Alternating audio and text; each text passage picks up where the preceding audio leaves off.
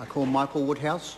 Thank you, Mr Speaker. I think I'm very encouraged by the fact that the biggest criticism that the opposition spokesman for health has about this bill is the fact that it's being referred to the Select Committee, who are going to meet and work hard and deliberate in a timely manner to report it back to the House. And I know members on the other side are a bit puffed at the pace of this government, but I'm afraid pedantry is certainly not the answer, so they're just going to have to keep up.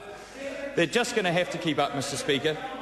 I am confused, though. We're getting a really inconsistent message from members opposite who, on the one hand, support the bill and say that they support every effort to get on top of the scourge that is P, but then decry the fact, as Ms Laban, Mr O'Connor and Ms Dyson did, that some may not be able to purchase their pseudoephedrine over the counter.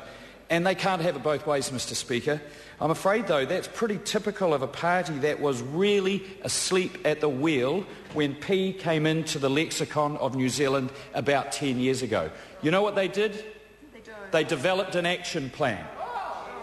This government is about an action, Mr Speaker, not an action plan.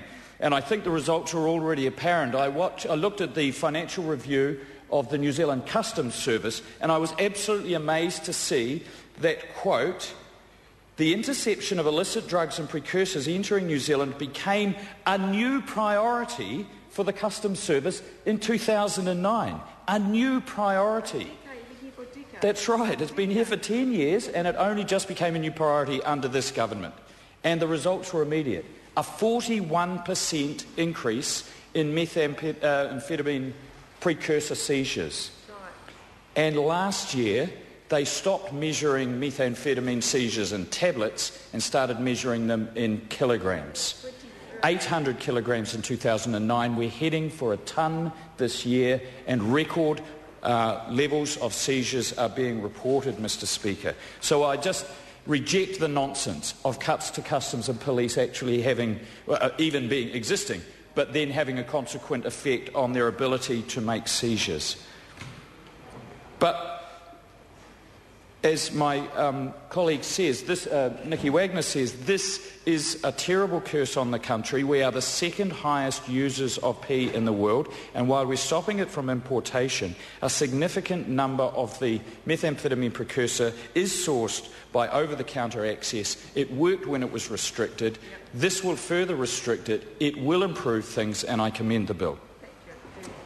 Members, the question is that the motion be agreed to. Those of that opinion will say aye. Aye. To the contrary, no.